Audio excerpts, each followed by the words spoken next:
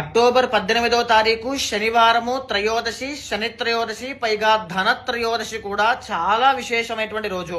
ఆ రోజున ప్రతి ఒక్కరూ కూడా సాయంత్రం వేళ మీ ఇంట్లో సింహద్వారం దగ్గర కుడి వైపు రైట్ సైడ్ ఖచ్చితంగా గోధుమ పిండితో తయారు చేసినటువంటి ప్రమిదలో ఆవు నెయ్యి వేసి దీపం వెలిగించండి.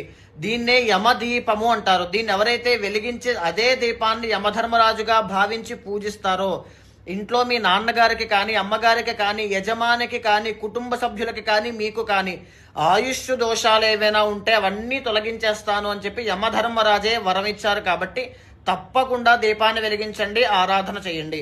ఇక ఎడమ వైపున అదే రోజున సాయంత్రం వేళ రాగి చెంబు కానీ, రాగి బింది కానీ తీసుకుని అందులో నీళ్లు వేసి ఉత్తరేణి ఆకులు, తులసి ఆకులు వేసి ఆ బిందినే ధన్వంతరి స్వామిగా పూజించడం వల్ల ఇంట్లో దీర్ఘకాలిక ఆరోగ్య సమస్యలు రాకుండా ఇంటిల్లపాది